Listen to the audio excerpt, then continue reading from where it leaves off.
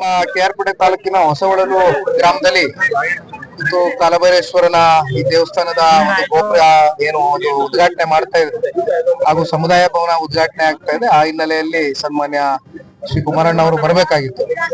ಒಂದ್ ಸ್ವಲ್ಪ ಆರೋಗ್ಯದ ಏರುಪೇರು ದೃಷ್ಟಿಯಿಂದ ಒಂದೆರಡು ದಿನಗಳ ಕಾಲ ಡಾಕ್ಟರ್ ವಿಶ್ರಾಂತಿಯನ್ನ ಪಡೆದುಕೊಳ್ಳಿಕ್ಕೆ ಹೇಳಿದ್ದಾರೆ. ಹಾಗಾಗಿ ಇವತ್ತು ಅವ್ರ ಪರವಾಗಿ ನಾನು ಬಂದಿದ್ದೇನೆ. ಮಗ್ಗಾದ ಶಾಸಕರು ಎಸ್ ಟಿ ಮಂಜಣ್ಣ ಅವರು ಸರ್, ನಿಖಿಲ್ ಅವ್ರನ್ನ ರಾಜ್ಯಾಧ್ಯಕ್ಷರಾಗಿ ಮಾಡ್ಬೇಕು ಅಂತ ಹೇಳಿ ಹೊರಟಿದ್ದಾರೆ. ಯಾವ ರೀತಿ ಚುನಾವಣೆಯಿಂದ ನೋಡಿದ್ದು ಮತ್ತು ಇಲ್ಲಿ ಯಾರ್ದು ಏನ್ ರಾಜ್ಯಾಧ್ಯಕ್ಷರು ಮಾಡ್ತಕ್ಕಂತ ಏನ್ ಪ್ರಶ್ನೆ ಏನಿಲ್ಲ. ಆಮೇಲೆ ನನ್ನ ಅನಿಸಿಕೆ ಈಗ ಸದ್ಯದ ಮಟ್ಟಿಗೆ ರಾಜ್ಯಾಧ್ಯಕ್ಷರ ಒಂದು ಬದಲಾವಣೆ ವಿಚಾರ ಅಪ್ರಸ್ತುತ. ಯಾಕಂದ್ರೆ ಸನ್ಮಾನ್ಯ ಕುಮಾರಣ್ಣ ಅವರು ಕೇಂದ್ರದಲ್ಲಿ ಸಚಿವರಾದ ನಂತರ ಅವ್ರದಾದಂತ ಜವಾಬ್ದಾರಿಗಳು ಹಾಗೂ ಅವರು ಸಮಯವನ್ನ ಇವತ್ತು ಭಾರತ ರಾಷ್ಟ್ರ ಹಾಗೂ ನಮ್ಮ ರಾಜ್ಯವನ್ನ ಕಟ್ತಕ್ಕಂಥದಕ್ಕೆ ಮೀಸಲಿಡಬೇಕಾಗುತ್ತೆ ಸತ್ಯ. ಆದ್ರೆ ಅದರ ಜೊತೆಯಲ್ಲಿ ಇವತ್ತು ಸನ್ಮಾನ್ಯ ಕುಮಾರಣ್ಣ ಅವರು ನಮ್ಮ ರಾಜ್ಯಕ್ಕೆ ಬಂದಂತ ಯಾವುದೇ ಸಂದರ್ಭ ಇರ್ಬೋದು, ಯಾವುದೇ ಸಮಯ ಇರ್ಬೋದು, ತಾವು ನೋಡ್ತಿದ್ದೀರಿ. ಈಗ ನಿನ್ನೆ ದಿನ ಕೂಡ ಹಾಸನ್ಗೆ ಹೋಗಿದ್ರು, ಸಕಲೇಶ್ಪುರಕ್ಕೆ ಹೋಗಿದ್ರು. ಈ ರೀತಿ ಅವರು ಶಕ್ತಿ ಮೀರಿ ಬಹುಶಃ ಅವರ ವಯಸ್ಸಿಗೆ ಮೀರಿದಂತ ಒಂದು ಹಠ, ಒಂದು ಛಲ ಇಟ್ಕೊಂಡಿದ್ದಾರೆ ಇವತ್ತು ಈ ಪಕ್ಷವನ್ನ ಕಟ್ತಕ್ಕಂಥದಕ್ಕೆ. ಹಾಗಾಗಿ ಅವರ ನಾಯಕತ್ವದ ಅಡಿ, ಅವರ ರಾಜ್ಯಾಧ್ಯಕ್ಷರ ನಾಯಕತ್ವದ ಅಡಿ ನಾವೆಲ್ಲರೂ ನಮ್ಮ ಪಕ್ಷವನ್ನ ಕಟ್ ಬೆಳೆಸಿದ್ದಾರೆ.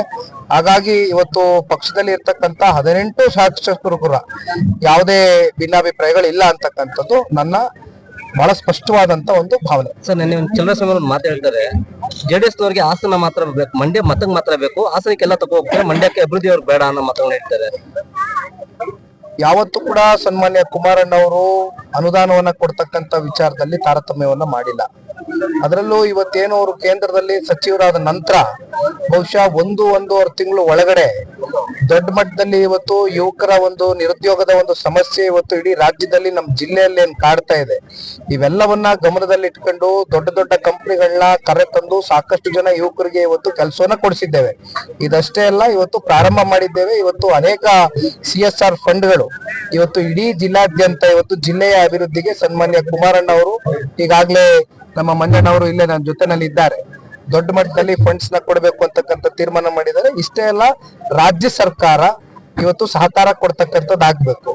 ಇವತ್ತು ಯಾವ್ದಾದ್ರು ಒಂದು ಭೂಮಿಯನ್ನ ಫೈನಲ್ ಮಾಡಿ ಇವತ್ತು ಒಂದು ದೊಡ್ಡ ಇಂಡಸ್ಟ್ರಿನ ತಗೊಂಡ್ ಬರ್ತಕ್ಕಂಥದಕ್ಕೆ ರಾಜ್ಯ ಸರ್ಕಾರನು ಕೂಡ ಬಂದು ಮುಂದಾಗಿ ಕೈ ಜೋಡಿಸಿದಂತ ಸಂದರ್ಭದಲ್ಲಿ ಕೆಲಸ ಕಾರ್ಯಗಳಾಗ್ತವೆ ಅಂತಕ್ಕಂಥದ್ದು ನನ್ನ ಭಾವನೆ.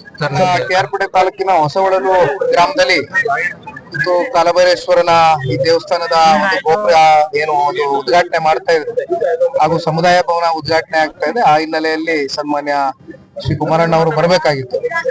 ಒಂದ್ ಸ್ವಲ್ಪ ಆರೋಗ್ಯದ ಏರುಪೇರು ದೃಷ್ಟಿಯಿಂದ ಒಂದೆರಡು ದಿನಗಳ ಕಾಲ ಡಾಕ್ಟರ್ ವಿಶ್ರಾಂತಿಯನ್ನ ಪಡೆದುಕೊಳ್ಳಿಕ್ಕೆ ಹೇಳಿದ್ದಾರೆ.